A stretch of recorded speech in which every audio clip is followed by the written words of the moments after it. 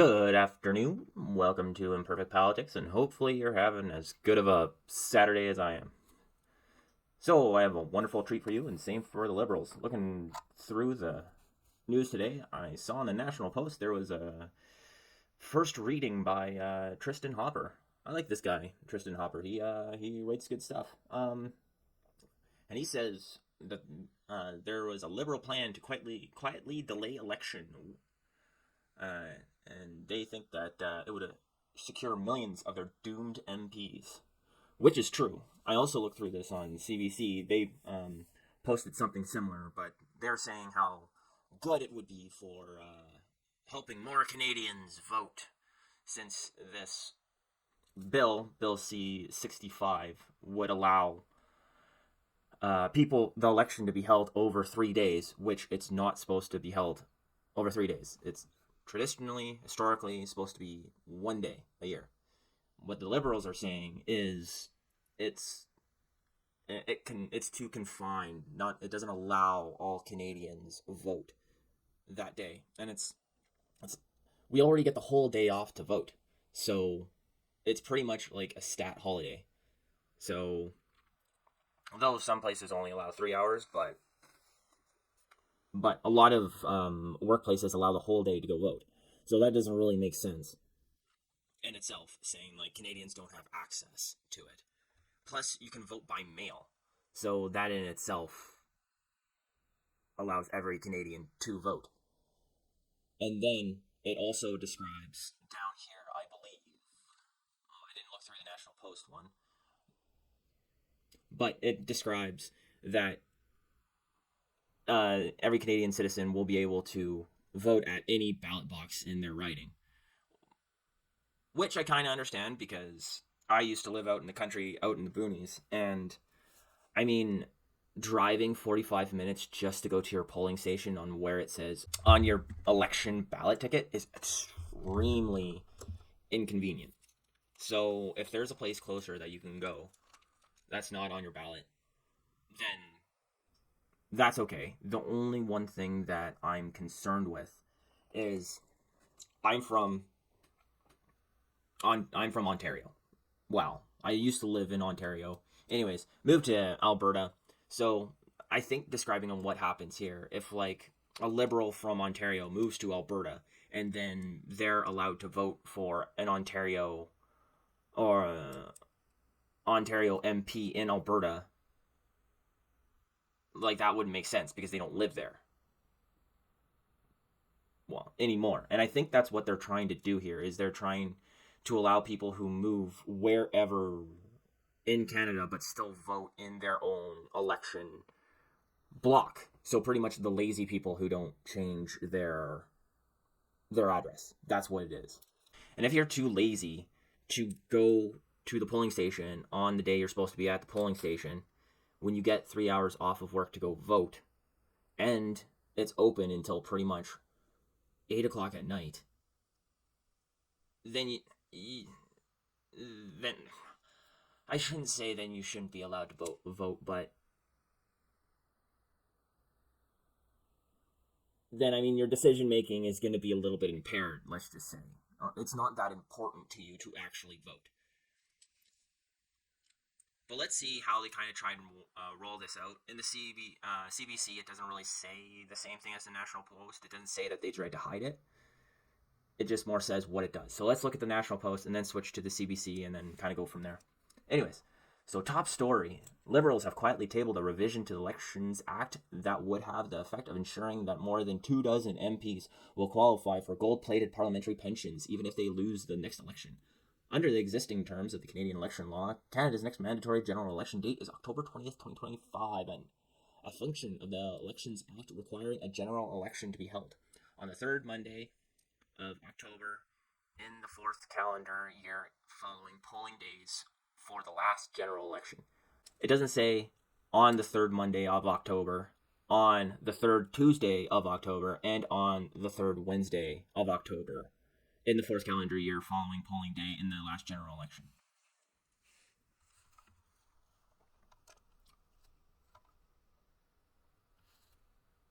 They also stated the stated reason for this is so the election day won't fall amidst Diwali, the 5-day Hindu festival of lights. So you mean, is that hindering those people? Is that, like, that doesn't really make sense. So people, like, who follow that religion can't go early in the morning and then enjoy the lights in the afternoon when you can actually see lights. And it says that it's a 5-day Hindu festival of lights. So wouldn't one day be better? Like, missing one day of that be better rather than three? Like that stated reason is stupid.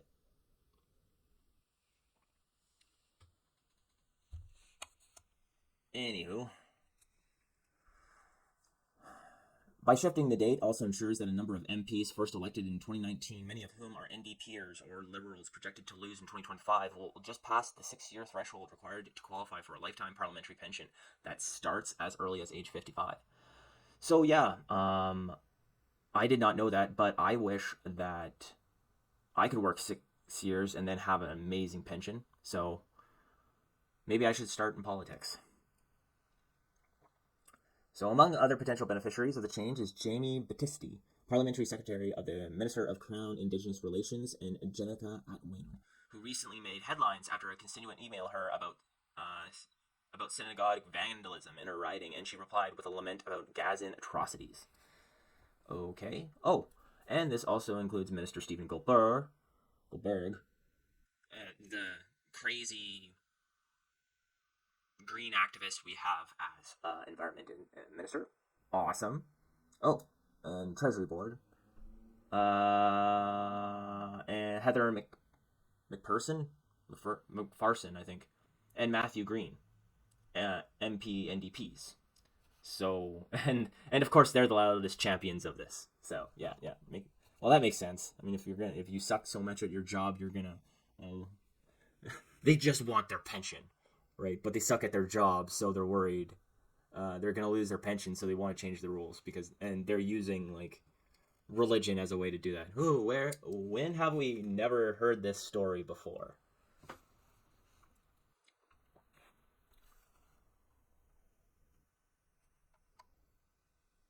So I'm going to scroll down here, scrolling, see if it says. Here's a little tidbit about the pension plan. It's only available to former MPs who accumulated at least 6 years of pensionable service. That in itself pisses me off. So you're allowed to get like 1.5 terms, 6 years of work, where a normal person has to work, 30 years of their life putting their money into an RSP, because I don't know who has a pension anymore. And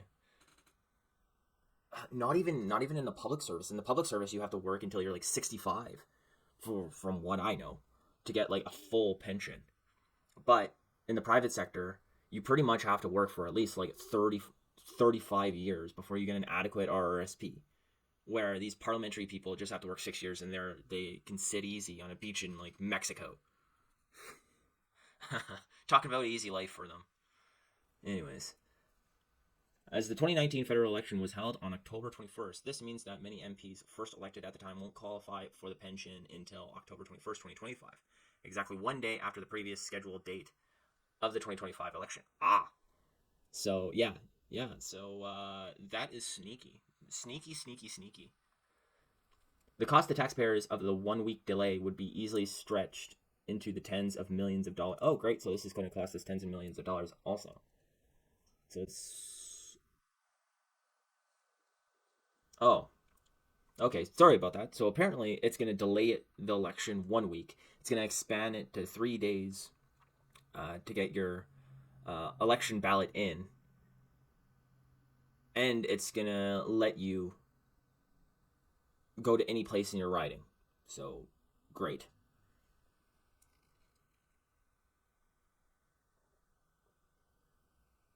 So let's see here. What else do they get from their pension? So in 2021, when Liberal MP Adam Vaughan resigned after 6.7 years, so pretty much just so he could get his pension. So the Taxpayers Federation calculated that he gets $1.3 million in pension benefits if he reached Canadian life expectancy. So as a man, I believe that's like 76. I wish they said how much they get per month. David Yurga, a conservative who resigned after 7 years, gets $1.5 million. So this isn't just like liberals or NDP. This is conservatives as well. Right? But it doesn't. We'll have to wait until this is actually voted on to see who votes on this. Because if there's any conservatives who votes on this, that would be horrible. It makes sense that the Liberals would and the NDP, because the ridings are going to change come the next election. So it's shown that there will be more conservative ridings in what now are NDP ridings, and the Liberals are just doing terrible. So he says, when Liberals tabled their Elections Act amendments before the House of Commons this week, Conservative MPs were among the first to notice what would happen. And Conservative MP Damien Gurek said, anyone care to guess the reason why they're changing the date? And notably, the date change will not make any difference to the pension eligibility of NDP leader Jagmeet Singh. Okay. Rebel Media also commented on this. And apparently they're having a clock counting down the days to Jagmeet Singh's payday. Ooh. Let's see if he retires once he meets that. Alrighty. Now let's go. I have to give it to the CBC though. They, like, National Post kind of gave more of an opinion on theirs, where CBC did outline it more state of fact, but they didn't really show or tell us that the Liberals tried to hide this in a bill. So take that as you will. So they posted this saying the Liberals introduced legislation amending Elections Act. Okay. So they say that the Liberals introduced legislation Tuesday aimed at expanding voting access and targeting electoral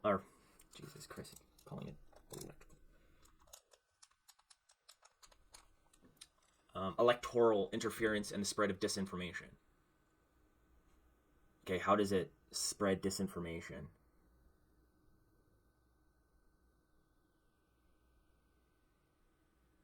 Yeah.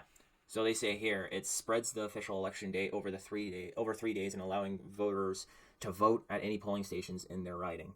So I might have been wrong about like moving from like Ontario to Alberta and being able to vote for an Ontario MP. So probably I'm wrong about that. But I like it in some ways. But they say it's to also prevent disinformation. And I'm sure that's the excuse they're going to use for those 3 days. So I can bet you what's going to happen for those 3 days is they're going to show the polling results for like day 1, day 2, and once you see the Liberal and NDP leg, people will come out in droves to vote for like. Well, it could go the other way, but it might be that like all the people who are too lazy to vote the first day come out and then vote on the third day, which is nuts to me. That if you don't have the personal responsibility, or if you don't care enough to vote on the day that the actual voting goes on, then yeah, you shouldn't be. Then you're not willing to vote.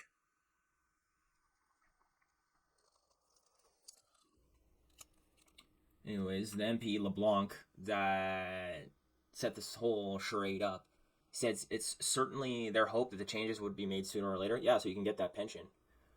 And yeah, so improve access to ballots, which it will. Improve the ability for Canadians to participate in every Canadian is able to participate in the electoral system. As I said before, we get at least 3 hours off to go vote. And every time I went to vote, there's been no lines. I've maybe had to wait like 10 minutes.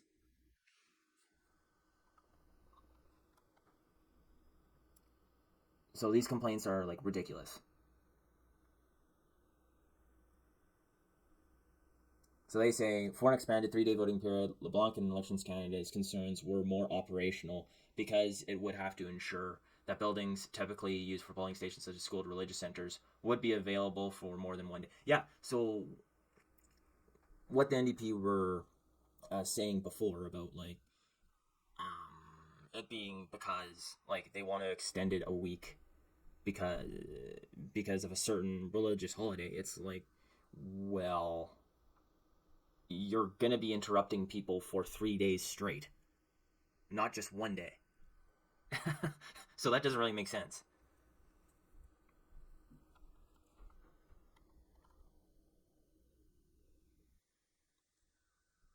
The legislation apparently does include proposals, if passed, that would implement in time for the next election.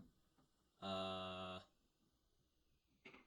in addition to it, yeah, and it just reiterates over and over and over and over the 2 extra days, 2 extra days, 2 extra days. So apparently that's like an extremely big thing.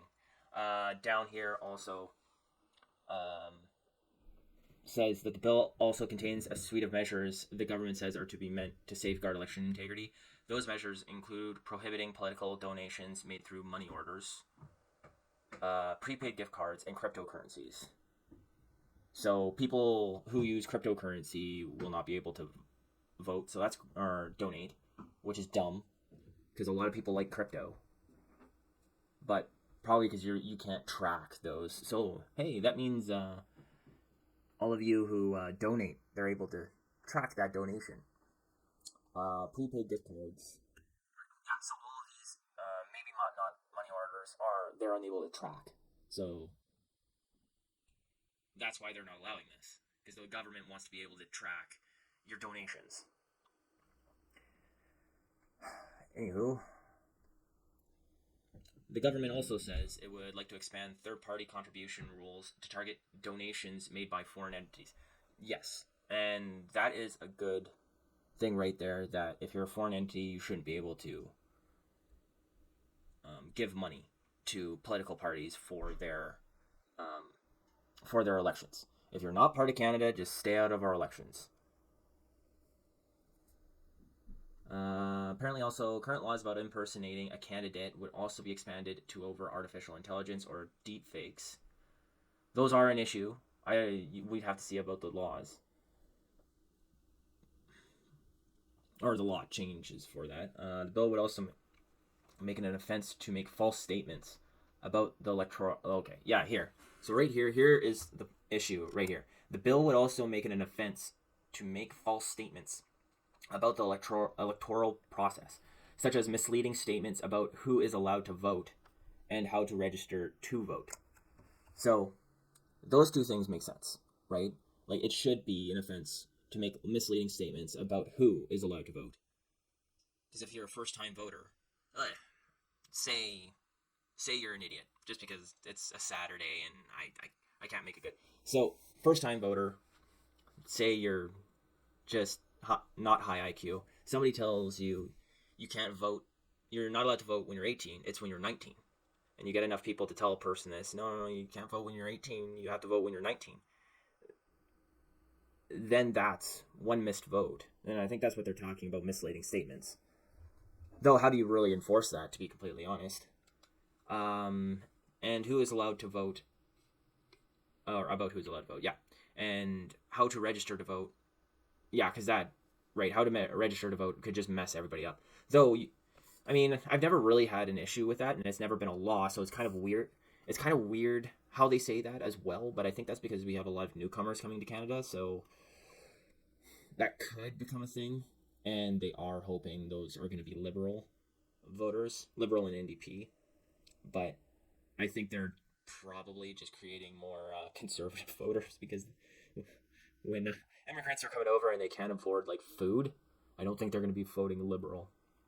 Um, not that, right? Um, so I assume there's going to be other incredibly terrifying things that they say are false statements. Like, are you making false statements about our MPs? Are you making false statements about, I don't know, where to vote? Because maybe you don't know where to vote. and then you tell somebody else, and then you get in trouble for that just because you didn't know yourself, or right? Does the false statements not include mistakes? That's what I'm saying.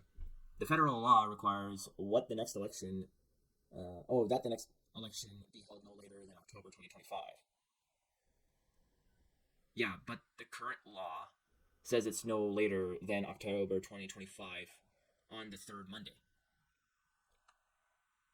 So I think this statement here too, they're trying to twist it. So when they say it's a week after, or when they tell us it's going to be not the third week of October, it's the fourth Monday in October. Nobody will know because it's still because technically they're not lying, but they are lying because they're twisting the truth. So, anyways, liberals are already monkeying around with federal elections, so we'll have to see how this turns out, and I'll have to do another report on if anything else comes. After that, just want to say have a good weekend, and we will talk to you guys tomorrow.